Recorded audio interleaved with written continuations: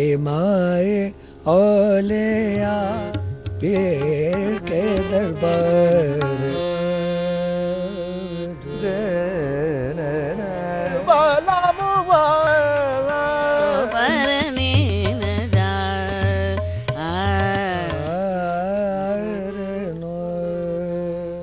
नमस्कार। सुर सप्तक की आज की कड़ी में एक बार फिर हमारे तमाम दर्शकों का बहुत बहुत स्वागत है।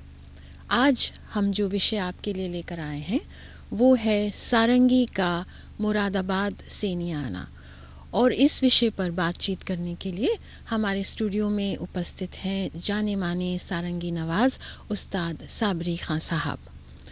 खां साहब बहुत बहुत नमस्कार, स्वागत हमारे स्टूडियो में। सारंगी पर रहेंगे आज इनके साहिबजादे श्री कमाल साबरी, श्री यूसुफ खां, और तबले पर श्री गुलाम सरवर। आप सबका स्वागत है स्टूडियो में। साहब, हम शुरू करते हैं आपके घराने से, मुरादाबाद से, जहाँ से आपकी पैदाइश है। और एक ज़माने में मुरादाबाद एक गढ़ होता था, बहुत संगीतकार और साजिंदे वहाँ रहते थे, और भेंडी बाज़ार घराने के जो उस्ताद अली खां हैं वो सब फैमिली मुरादाबाद से ही थे। तो मुरादाबाद के में उस माहौल के बारे में आप शुरू करें यहाँ से। जी बिल्कुल जी, कहिए। मैंने भी मुरादाबाद में ही बचपन में सीखा जी, और अपने दादा से सीखा। दादा बहुत गुणी विद्वान थे और वो बहुत अच्छे टीचर थे। अच्छा। सिखाना भी आता था। क्या बात। तो हमारे बाप को भी सिखाया उन्होंने, हमारे चचाओं को सिखाया, फिर हमें सिखाया, और हमें बहुत छोटी उम्र में लेके बैठते थे। वो 7 साल की उम्र थी तो सर लेके बिठा दिया मुझे, कहने लगे भाई बजाओ। मैंने कहा अच्छा साहब। अब मेरा उस वक्त तो खेलने का टाइम था, मन तो लगता नहीं था मेरा मगर उनके डर की वजह से बैठना पड़ता था जी। लेकिन घराने में ऐसे ही होता है। हाँ, घरानेदार जो वो ऐसे ही हुआ करती थी जी। तो वो कभी कभी नमाज को भी जाते थे, मैं भाग जाता था उठ के, बस वो मैं इंतजार देखता था कि कब जाएंगे जी। जब बाहर गए मैं भाग लिया। अब वो आए, उन्होंने देखा नहीं, तो अब उन्होंने तलाश करी, कहाँ गया। अब साहब वो मिल गया। मैं अगर मारते हुए लाते थे। उस ज़माने में शागिर्दों को मार मार के सिखाते थे, अब तो बहुत प्यार से सिखाते हैं लेकिन वो बात ये थी कि अगर एक रैपर उन्होंने लगा दिया तो जो नहीं भी निकल रही ना बात गले से या हाथ से, वो फौरन आ जाती थी। क्या बात, क्या बात। उनकी मार का ये असर था, होता था। क्या बात। कि निकल रही, लेकिन जहाँ उन्होंने एक रैपर लगाया बस फौरन ही निकल गई। अच्छा। हाँ, ये बात थी पहले गुरुओं में कि वो एक डांटा पहले तो फिर मार के सिखाते थे। लेकिन मारने का भी फायदा होता था उनको, क्योंकि उनकी डर से फिर आदमी रियाज करता था। क्या दादा अब्बा मारेंगे हमारे, अब रियाज करो, नहीं तो चिपट के कर लो, नहीं तो मारेंगे, नहीं किया तो ये डर था। क्योंकि ये साधना एक तप है ना, वो तप करवाना है, वो भी बच्चे से। जबरदस्त साधना है। मैंने तो, अब आप यकीन करेंगे, एक आपको वाकया सुनाता हूँ मुरादाबाद का ही। जी जी। मुरादाबाद में जब छज्जू खां की बेटी मनिया अम्मा जी कहते थे हम। अच्छा। उनका मनिया, एक बेटी थी उनकी और एक बेटा। उनका बेटा था अमन अली खां साहब जी जी, बड़े मशहूर हुए, उस्ताद भी हुए, बहुत अच्छे गुणी। लेकिन उनकी जन्मभूमि सब मुरादाबाद की थी जी जी। खैर ये बाद में सुनाऊंगा वाकया। लेकिन क्या हुआ कि वो मैंने खुद देखा कि उनकी बेटी अपने बेचों को सिखा रही है गाना। अच्छा। अब कैसे सिखा रही है? बायां हाथ में लेके ठेका लगा के। अच्छा। ठेका लगा के और अपने बेटों को, बच्चों को सिखा रही है। अच्छा। वो छज्जू खां साहब की बेटी, जो छज्जू खां स्टूडेंट शागिर्दों को जो सिखाते थे वो बेटी वैसे ही सीख जाती थी। उनके क्या बात। सारे ख्याल असाई उनको याद थी।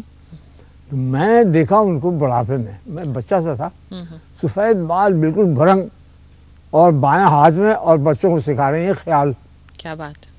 गा के, और बच्चे सीख रहे हैं उनको जी। तो ये ज़माना मैंने उनका देखा, मुझे हैरत हुई कि देखो कैसा बुढ़ापे में भी गा रही हैं और तबला बजा के रही हैं, ठेका लगा के। बहुत मुश्किल बात है हालांकि, लेकिन ऐसे ऐसे लोग पैदा हुए। और वो छज्जू खान साहब, नज़ीर खान साहब, फ़िदा अली खान साहब, ये सब पैदाइश इनकी जन्मभूमि मुरादाबाद की। जी। लेकिन जिस वक्त ये बॉम्बे चले गए, क्योंकि कुछ लोगों ने उनको इनवाइट किया कि खान साहब आप यहाँ आके रहिए। मुरादाबाद एक छोटी सी जगह है, वहाँ तो लोग ज़्यादा सीखने वाले पैदा नहीं होंगे, म्यूज़िक की आपकी कदर नहीं होगी, कोई ज़्यादा नहीं कदरदान ऐसे नहीं है वहाँ। बॉम्बे में आएंगे आप, यहाँ आपके गुण की, इल्म की कदर करने वाले लोग मौजूद हैं। अब वहाँ एक भिंडी बाज़ार है जहाँ पर वो जाके रहे। अब मराठी लोग थे, उनके शागिर्द और शिगर थे। उन्होंने कहा खान साहब अब तो यहाँ टाइम तो हो ही गया, इनके साल 2 साल 4 साल के बाद ये बात पैदा हुई कि इसी घराने को, भिंडी बाज़ार घराना को मशहूर कर दो। क्योंकि खान साहब तो रह ही रहे थे वहाँ, जाके बस गए वो, समझ लीजिए। तो आपका जो घराना है वो मुरादाबाद, मेरा मुरादाबाद रामपुर घराना है। हाँ, तो क्या भिंडी बाज़ार घराने के साथ उसके क्या भिंडी बाज़ार घराना हमारी रिश्तेदारी हैं उनसे। हाँ, लेकिन बजाने में उनसे क्या असरात हुए? बजाने में वो दरअसल गाने की और बजाने की तालीम, सरंगी की तालीम एक ही है। क्या बात, क्या बात। ना और सरंगी एक ही चीज़ है। बिल्कुल।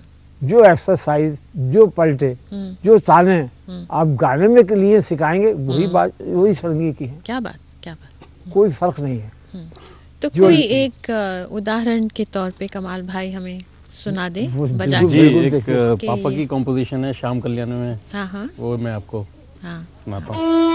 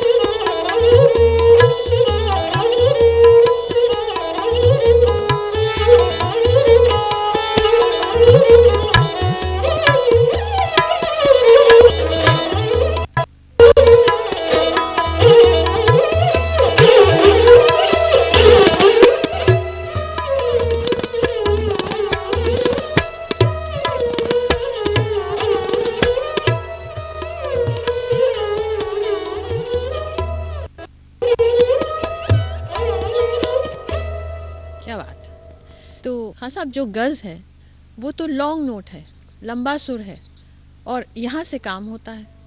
बेशक। और कई दरअसल घराने तीन- हैं। अब मैं आपको बताता हूँ, 3 टाइप है सारंगी के भी। अच्छा।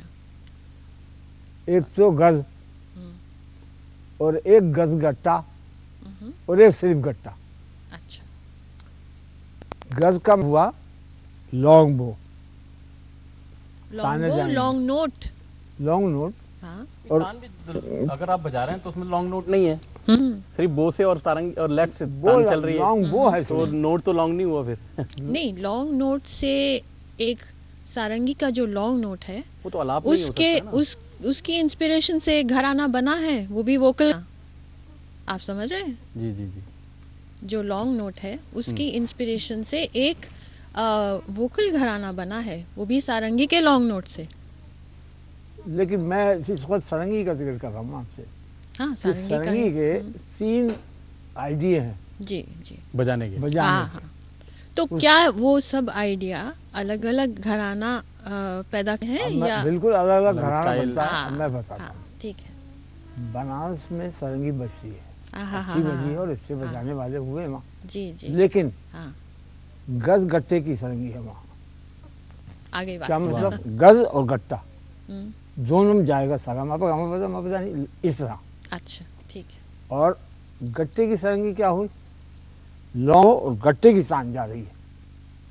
आप समझ रहे हैं? ये इस हाथ से सांझ जाएगी, लेकिन बहुत लॉन्ग रहेगा। क्या बात है, वेरी गुड। 2 और तीसरा टाइप, दोनों टाइप मिलके जाएंगे, गज और गट्टा। गगरे से माम गा पापा दादा। अब दोनों चीजें मिल रही तो उसको कहेंगे गज गट्टा। अच्छा। तो दोनों चीजें मिलके जा रही हैं। तो हर टाइप सारंगी बजी है भारत में हमारे। जी। तो हमारे यहाँ वैसे गट्टे की सारंगी बजी है। तो सारंगी के कितने घराने हैं? सारंगी के घराने तो सारंगी बजाने के या जी, सारंगी बजाने बजाने के। वाले? बजाने के। बजाने के पानीपत का घराना मशहूर है। अच्छा, ठीक। सारंगी के ज़्यादातर वहाँ निकास निकली पानीपत करनाल जो है, पानीपत से सारंगी बड़े अच्छे से उस्ताद लोग हुए।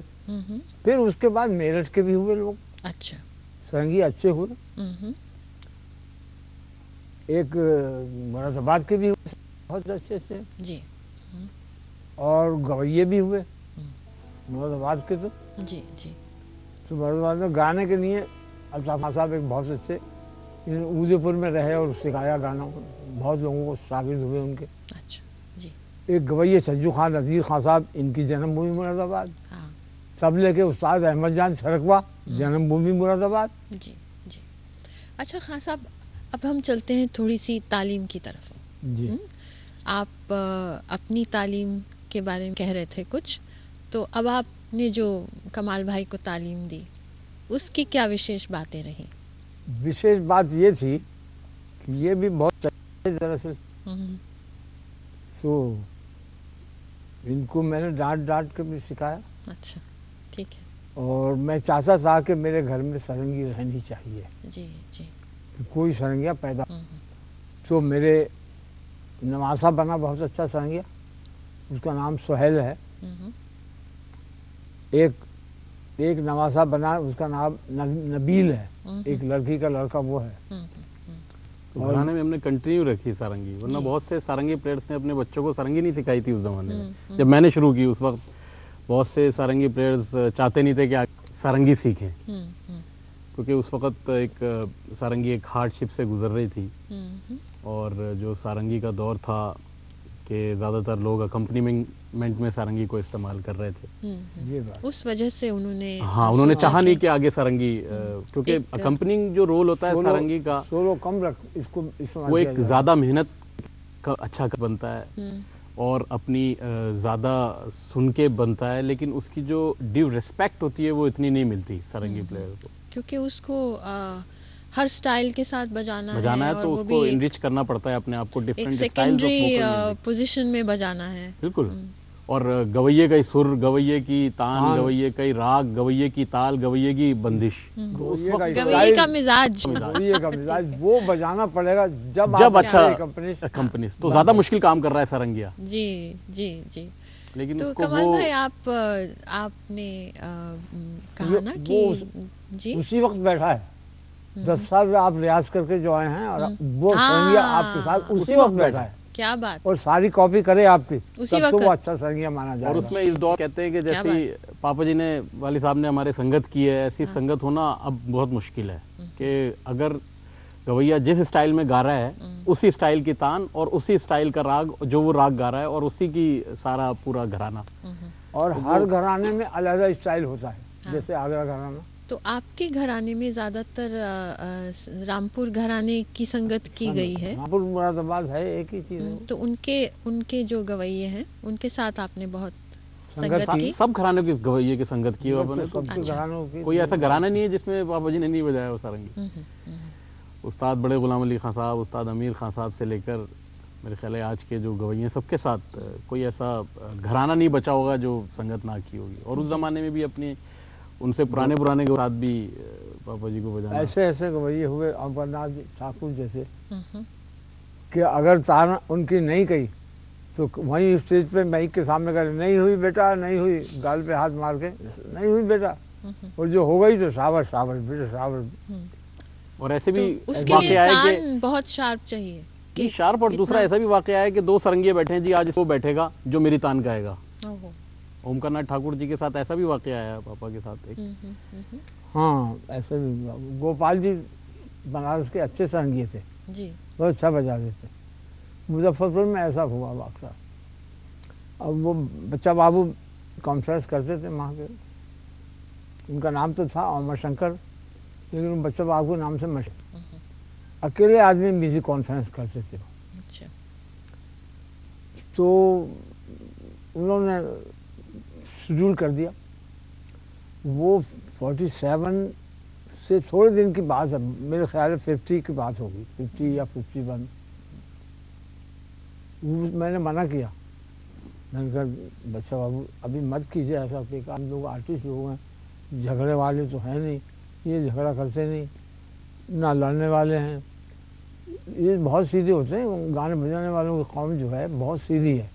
ये लड़ते झगड़ते कभी नहीं सुना होगा आपने कि किसी लड़ाई में हिस्सा लिया या किसी झगड़ में हिस्से, कहीं नहीं, वो तो हमेशा चुपते हैं, लड़ते हैं। जी जी। अब तो मैंने मना किया, मैंने कहा कीजिए गोपाल जी और हम दोनों का ड्यूट रखेंगे तो थोड़ा सी गड़बड़ ना हो जाए। नहीं साहब अब तो शेड्यूल हो चुका है भैया, अब तो बचाना ही पड़ेगा तुम्हें। अच्छा साहब जैसा। खैर स्टेज पे गोपाल जी भी बैठ गए, मैं भी बैठ गया। उनको अब प्रेमलक तबले पे पुराने थे, कॉन्फ्रेंस में हमारे साथ बहुत गए, वो बहुत प्रोग्राम किए। अब गोपाल जी सरंगी अपनी लेके आए, मैं भी भैया सरंगी लेके पहुंच गया और प्रेमवल्लभ तबले पे। अब पंडित ओमकार जी सारे सब सामने बैठे थे आर्टिस्ट, बिस्मिल्लाह खान साहब और ये अपने विलायत खान साहब, जो भी आर्टिस्ट आए थे बुक किए थे। वो लास्ट सीटिंग थी दिन की, 2-3 दिन हो चुका, अब लास्ट सीटिंग है संडे के दिन की लास्ट सीटिंग पर। अब उसमें रख दिया हमारा, और सारे बैठे सामने, सारे आर्टिस्ट सामने बैठे। उसके बाद पेमेंट होगा ना जी। तो इंतजार में थे सब, प्रोग्राम खत्म होता हुआ काम। तो ओमकार नाथ जी स्टेज पे आ गए कि भाई 2 सरंगियों का तुम्हारा पता ही नहीं लगेगा, तो किसकी तान गई सरंगी की तो एक से आवाज आएगी, अगर एक साथ बजाएंगे तो एक साथ बजाओगे तो भैया कैसे पता लगेगा। लेकिन अब बैठो मेरी ताने को आवाज। अच्छा। तो जो तान जाएगा भैया वो रुकेगा आज। क्या बात। ऐसी बातें करने लगे वो। तो खैर कि पहले कौन बजाएगा, पहले साबिर खां बजाएंगे मेरी तान, बाद में गोपाल जी बजाएंगे। गोपाल जी की उनसी थोड़ी सी सुर मिलाने में गड़बड़ हुई थी। अच्छा। जब सरंगी मिला रहे थे वो, तो उन्होंने कहा भाई जरा सही मिलाओ सरंगी।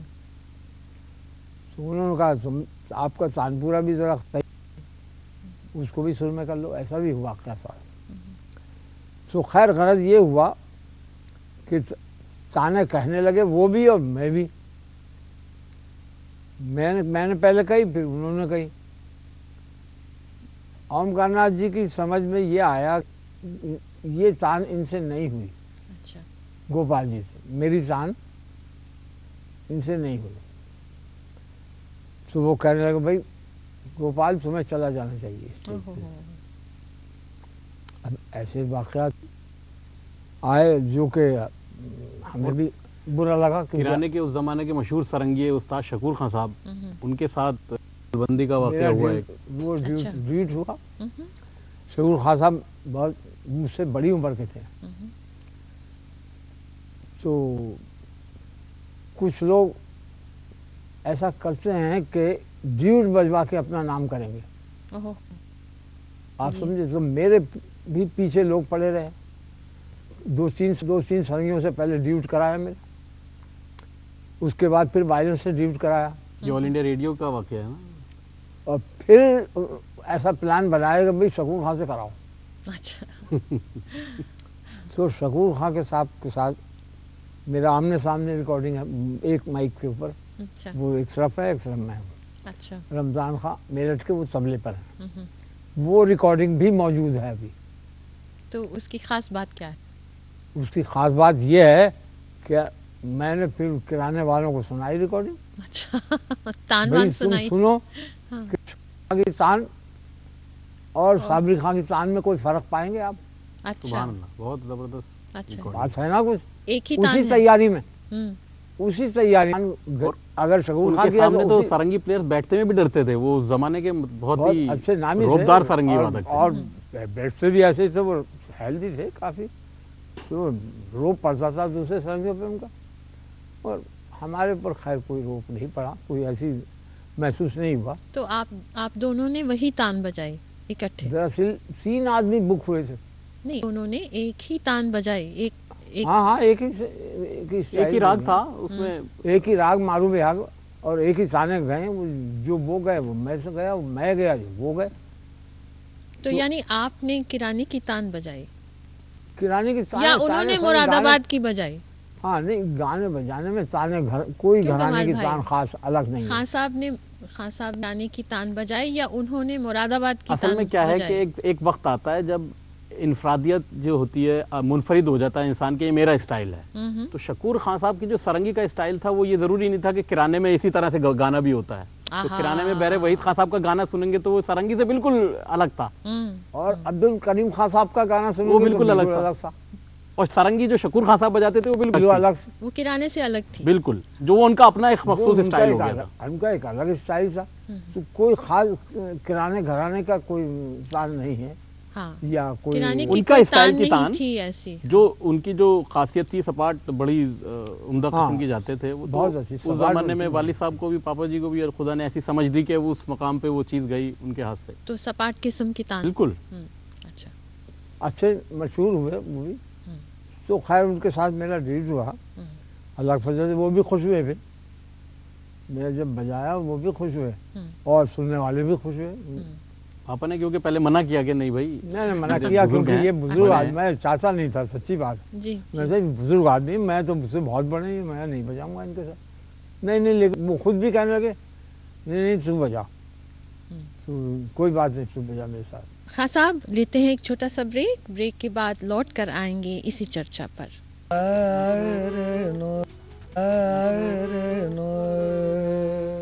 ब्रेक के बाद आपका स्वागत है। हमारी चर्चा चल रही है उस्ताद खान साहब के साथ, मशहूर सारंगी नवाज जो मुरादाबादिया घराने के दाव पेच खोल।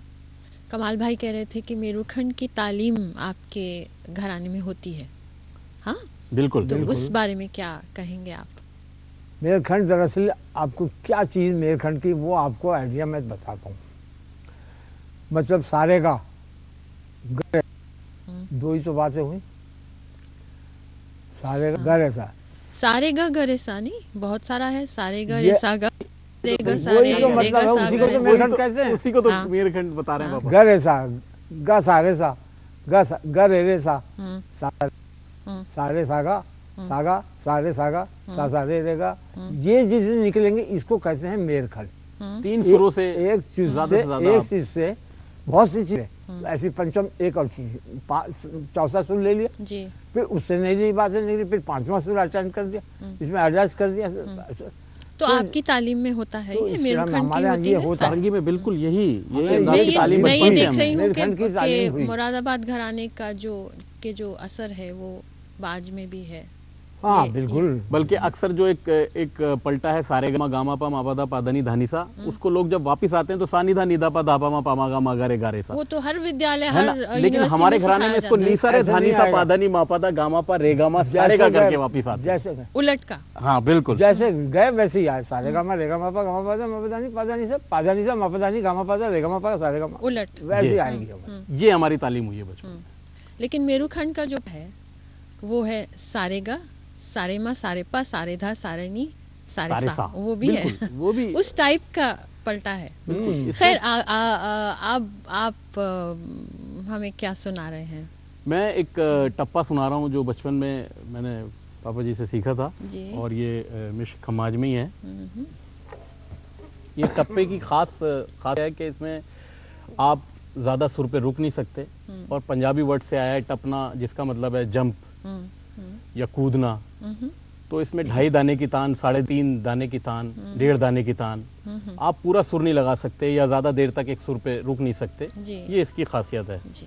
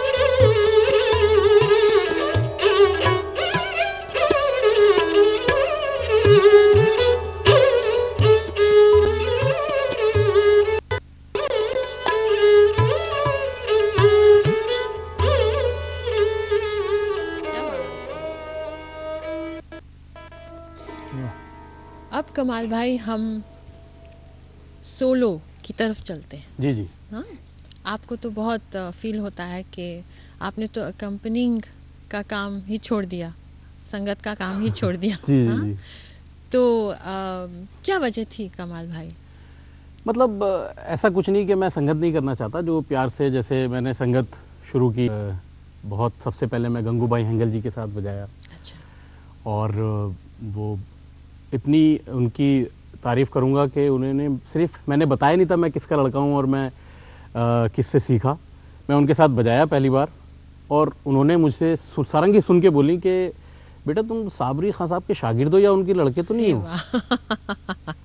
उन्होंने घराना वो पहचाना गवैये और हाथ किस- भी पहचाना। बिल्कुल, वो सारंगी क्या के हाथ से पहचान लेते थे कि ये किसका अंदाज बजा रहा है, किस अंदाज से संगत कर रहा है। क्या बात, क्या तो मैंने उनको बताया नहीं था कि मैं उनका लड़का हूँ, और मुझे ये बात सुन के इतनी हैरत हुई कि कितना तजर्बा है इनको, और गवैये को भी सारंगी में उतना ही इंटरेस्ट है, वरना अक्सर ये सुनेंगे कि सारंगी वाला गाने में इंटरेस्ट लेके जी अलग अलग गवैयों की ताने या अलग अलग घराने गवैयों की स्टाइल वो अपने अंदर ले रहा है। लेकिन सारंगी प्लेयर बड़े गुलाम अली खां साहब के बारे में भी यही सुना कि वो अपनी तान तो जाते थे, लेकिन अगर सारंगी अपनी तान चला गया तो वो उसकी भी तान गले से निकाल देते थे। तो ये उस ज़माने के गवैयों में बात होती थी। उसके बाद मुझे मौका मिला गिरजा देवी जी के साथ मैंने बहुत कंपनी किया, परवीन सुल्ताना जी के साथ भी बजाया। जो आजकल के गवैये हैं सबके साथ खुदा ने मौका दिया, बजाया मैं बहुत।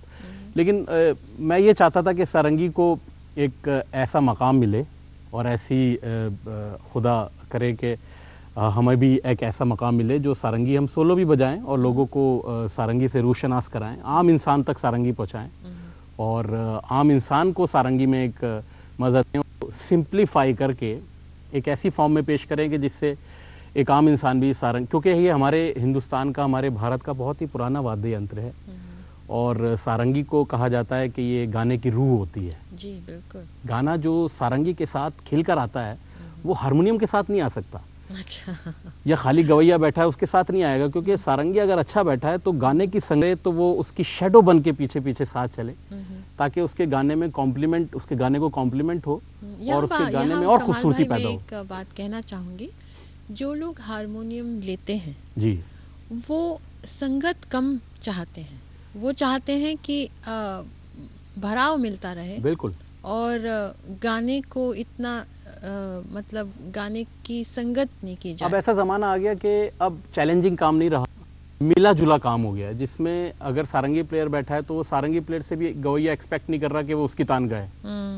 वो बस खाना पूरी करता रहे और फिलर्स देता रहे ताकि उसको एक सपोर्ट मिलती रहे, संगत ना हो। मतलब डबल कॉन्सर्ट ना हो कि जिसमें सारंगी प्लेयर भी फोकस हो या गवैये के साथ सारंगी को भी उतनी ताली मिले, लेवल पर चला उसी लेवल पे चला जाए। मेरी तान कह रहा है। हाँ। एक जमाना था जी जी कि सिर्फ सारंगी बचती थी गवैयों के साथ में। हाँ वो तो था। और सारंगिया बगैर गवैये के गाया नहीं करता था। क्या बात? गवैया हाँ, हाँ। सारंगी के बगैर नहीं करता था। फिर क्यों इसको इतना अच्छा क्यों नहीं समझा हारमोनियम को? ऑल इंडिया रेडियो ने इसका जनाजा अर्थी बना ली अलीपुर रोड से कि हारमोनियम कंप्लीट इंस्ट्रूमेंट नहीं है। असल में तो वो भारतीय बाज है नहीं। हाँ। वो एक टेम्पर्ड स्केल है और लेकिन जिन लोगों ने हारमोनियम किया, जैसे मैंने आपको कहा, वो संगत चाहते ही नहीं थे, वो चाहते थे भराव ही रहे बस। और वो संगत तो सारंगी करती है। सारंगी करती है। गाने का जो सबसे क्लोज इंस्ट्रूमेंट माना जाता है वो सारंगी माना जाता है। और चूंकि अब जो काम करने वाला आदमी होता है, जो मेहनती आदमी होता है, वो खाली गवैये के साथ खाना पूरी करने नहीं बैठता। ठीक है। वो तो कहता है जी आप जाएंगे, मैं आपकी तान भी गाऊंगा। तो वहाँ गवैये के साथ टसल हो जाती है। वो समझता है कि इसको भी उतनी पजीराई या उसको भी उतनी कह दी। उस वजह से फिर मैंने कहा कि इस बेटर तो बुरे ना कह दी तो बुरे कि जी हुई नहीं। जी।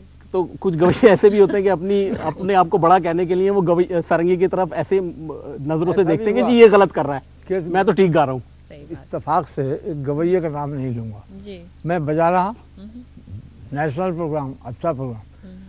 अब मैंने उनकी ताने कहना शुरू कर दी, जो वो कहते थे मैं कह देता था, तो क्लैप दे दी थी पब्लिक। अच्छा।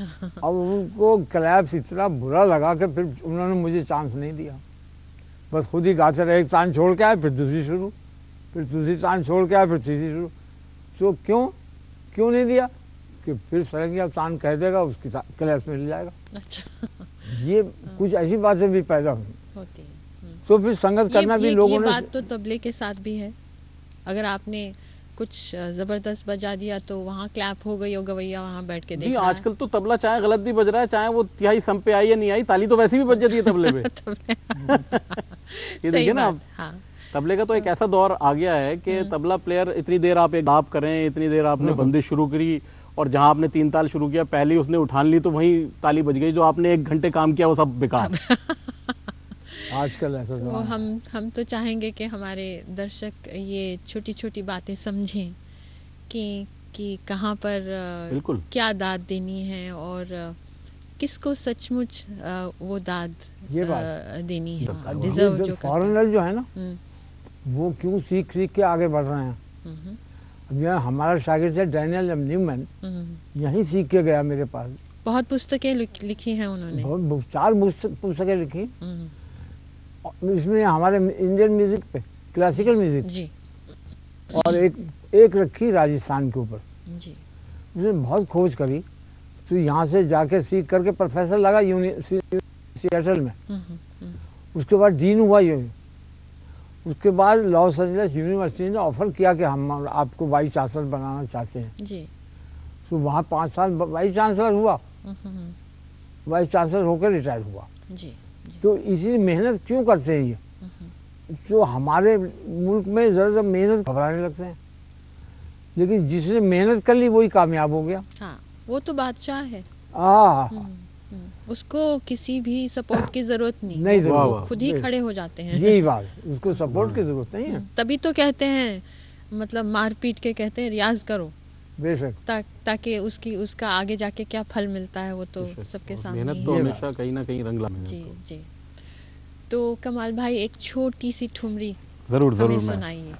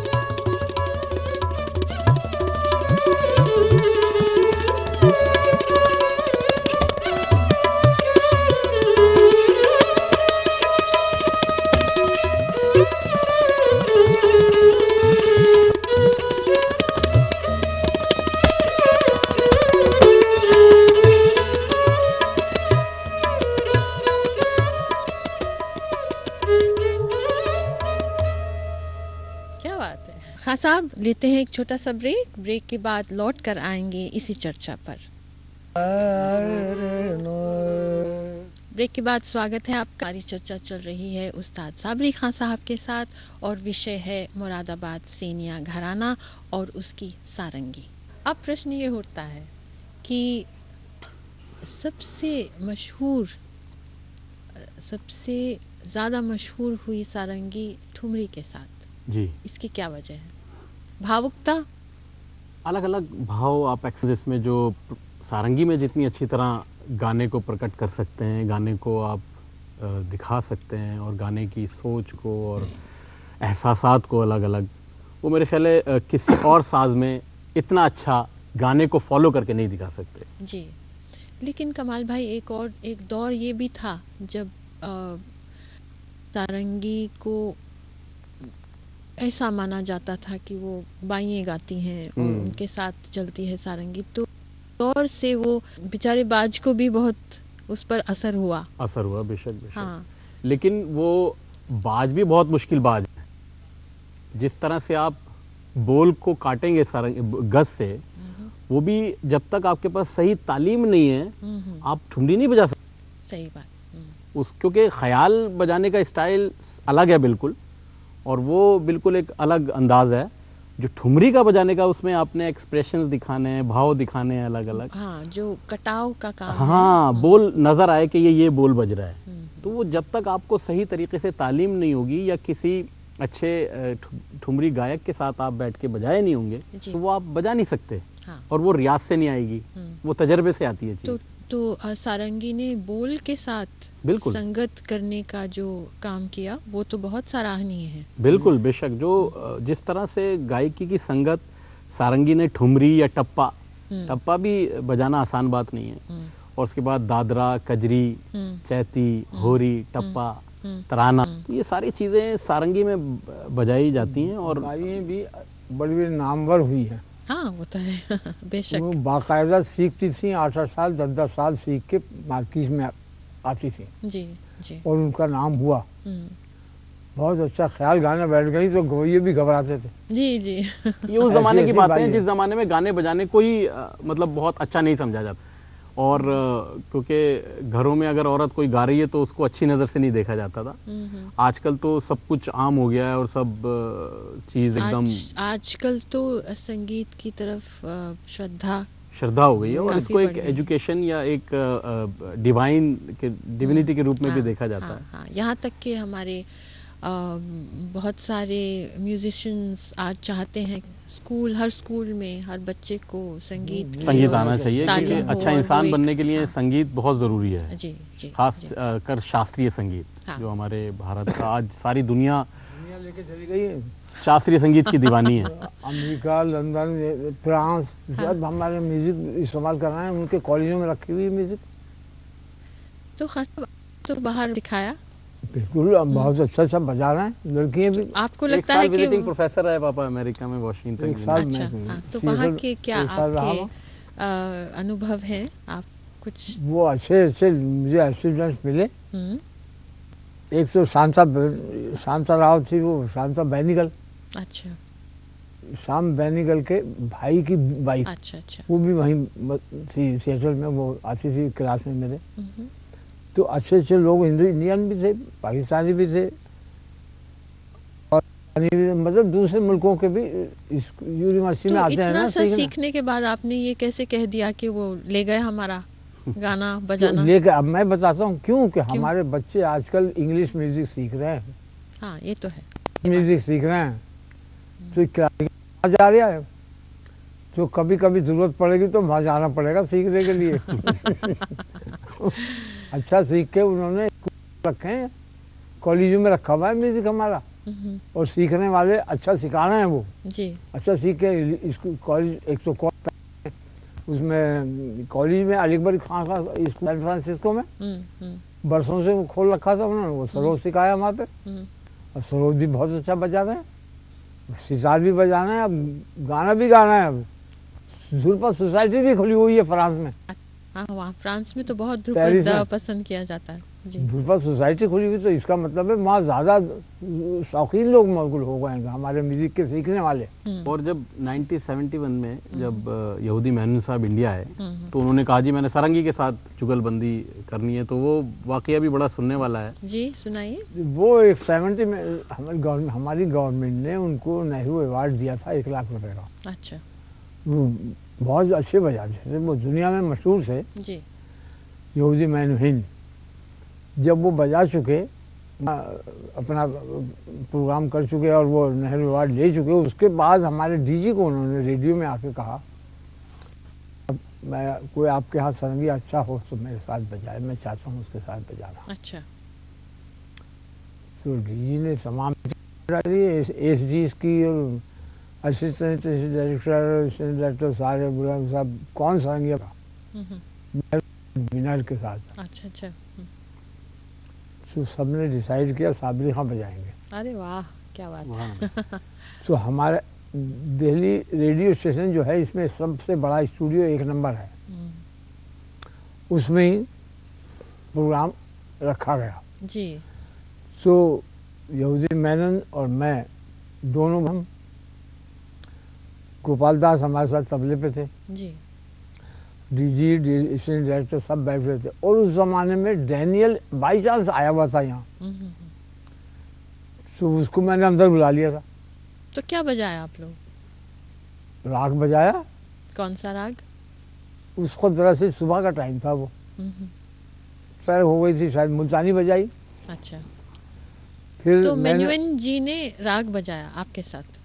हाँ, ये उससे मिलता जुलता स्केल मिलता स्केल जुलता में, बजाए वो। और मैं एक ठुमरी बजाया। आपने सिम्फनी नहीं बजाई, उन्होंने राग बजाया। हाँ जी। पीलू बजाया उन्होंने। और मैंने भरनी की ठुमरी भी बजाई, क्योंकि सारंगी के अंदर तो सैड म्यूजिक और गे म्यूजिक दोनों हैं। हाँ हाँ हाँ, क्या बात। इसमें जिस वक्त आपको जरूरत पड़े जिसकी, वो सारंगी में से आप निकाल सकते हैं।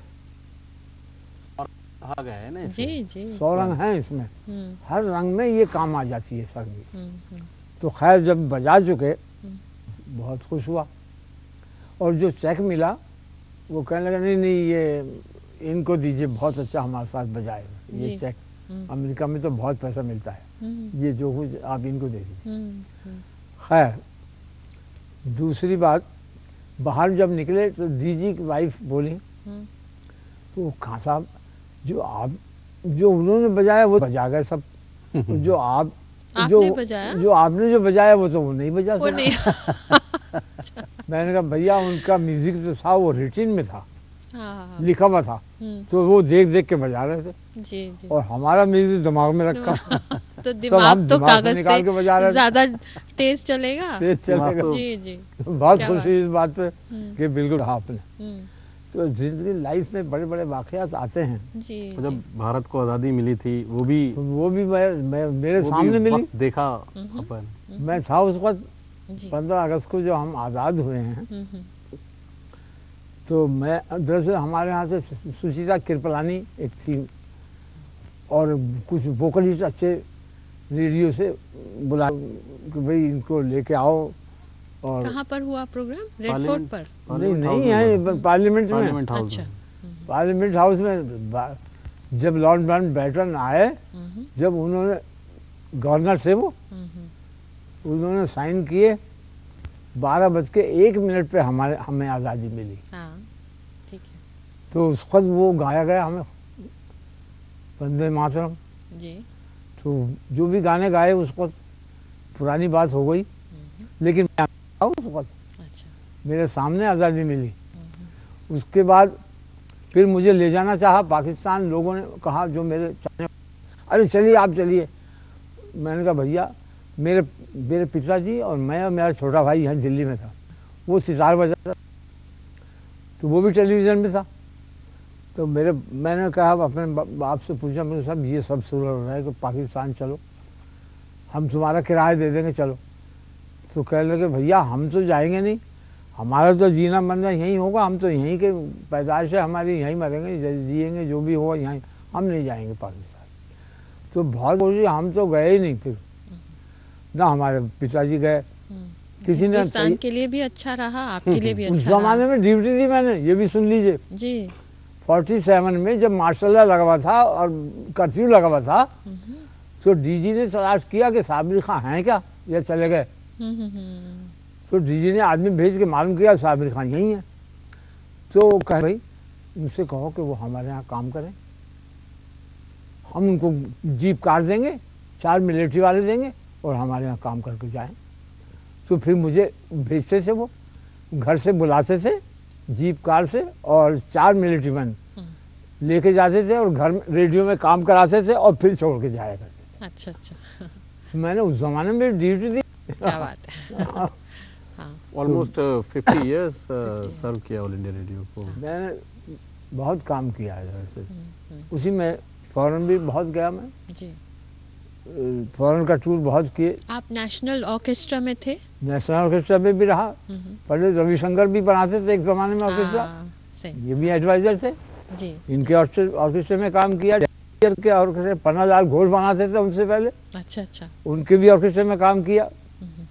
और तमिल यूनिट में काम किया, तमिल में स्क्रिप्ट लिख लेते हैं। 4 साल तमिल यूनिट में काम किया जी। और मैंने वहीं उनकी लैंग्वेज में लिखना पढ़ना सीखा। जी। मैं तमिल लिख लेता हूँ और पढ़ लेता हूँ। अच्छा।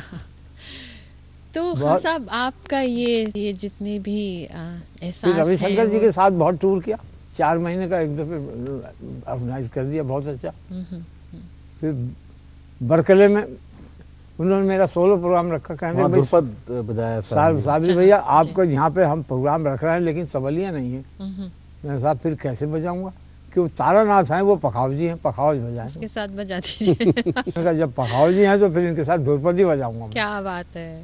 मैं सारंगी पे ध्रुपद बजाया। आपके सौरंग काम आए। बस ये बात। ये कंप्लीट होना, चौमुखा सारंगिया होना, क्या बात। ये तालीम से और ये तजर्बे से और अपनी जहन नशीनी से आ सकता है, और खुदा की मेहरबानी साथ में हो तो कमाल भाई अब आप सोलो बजाते हैं, मुरादाबाद घराना सोलो हो गया? नहीं, ऐसा तो नहीं है। सारंगी एक्चुअली एक ऐसा वाद्य यंत्र है कि इसकी पहचान गवैये के साथ ही होती है। और जब तक आप गवैये के साथ नहीं बैठेंगे तो सारंगी प्लेयर एक पुख्ता सारंगी प्लेयर नहीं बन सकते। तो मैंने भी शुरुआत में अपने शुरुआती दौर में सबके साथ संगत की, गज़ल की भी संगत की, और रहीम फ़हीमुद्दीन साहब के, डागर साहब के साथ मैंने कंपनी भी किया, और ख्याल गायकों के साथ सबके साथ। ये तो अब लेटर स्टेज पे मैंने सोचा कि ज़रा अब सारंगी को अलग तौर पे भी प्रेजेंट करना चाहिए, जो आजकल ज़माना चल रहा है उस ज़माने के साथ भी थोड़ा कदम से कदम मिला के जो हैं वो सोलो हो गए हैं। ज़्यादातर सारंगी प्लेयर्स अब बजाने लगे, लेकिन सबसे पहले मैंने इनिशिएटिव लिया था नई जनरेशन में कि मैंने ज़्यादा सोलो बजाना है। उसके साथ साथ मेरे ख्याल है काफ़ी अब पीछे जो सारंगी प्लेयर्स आ रहे हैं वो उस चीज़ को फॉलो कर रहे हैं और उसमें इंटरेस्ट ले रहे हैं और आगे बढ़ाने की कोशिश कर रहे हैं। दरअसल असल बात तो ये है, आप भी समझ सकती हैं जी। सारंगी जो सीखी जाती है वो सोलो ही सीखी जाती है। सारेगामा रेगामा पा गाम, अब ये मैं बता रहा हूँ और आप बजारा को सीख रहे हैं तो सोलो ही तो सीख रहे हैं।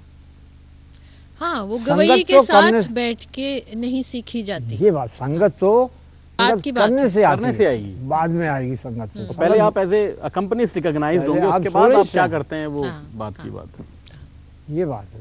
अब सोलो लोगों ने नहीं बजाया, ये अलग बात रही कि उन्होंने बजाना नहीं चाहा। 2.5 घंटे 1.5 घंटे कैसे बजेगी भाई, लेकिन जिन्होंने रियाज किया वो फिर बजाने भी लगे 1.5 घंटे स्टेज पे, कोई ऐसी बात नहीं है।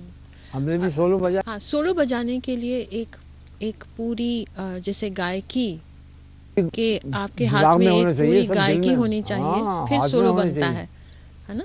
बिल्कुल, हाथ में होनी चाहिए। हाँ, तालीम होनी चाहिए, और राग की तालीम, उसके बाद बंदिश पूरी बजाएं आप, लय की तालीम, उसके साथ साथ तानों के अंदाज, अलग अलग वेरिएशन। ये नहीं कि एक ही तरीके की मारे जा रहे हैं, सपाटी मारे जा रहे हैं, या फिर गमक आपके हाथ में तो गमक ही दिखाए जा रहे हैं। सही बात, क्योंकि सौरंगी नाम है इसका। सब तरीके की तान होती है, या सपाट आपने तैयार कर ली तो सपाटी बजाए जा रहे हैं बस। हाँ, इसका मतलब है कि एक अपनी शैली बन चुकी आपके घराने में। हाँ, तो इसी बात के साथ और कमाल भाई को शुभकामनाएं, बहुत मेहरबानी देते हैं हम। इसी साथ सुर सप्तक अब लेता है एक छोटा सा विराम। अगले सप्ताह इसी रोज इसी समय आपके साथ फिर हम एक मीठी सी कहानी बांटेंगे। तब तक के लिए नमस्कार।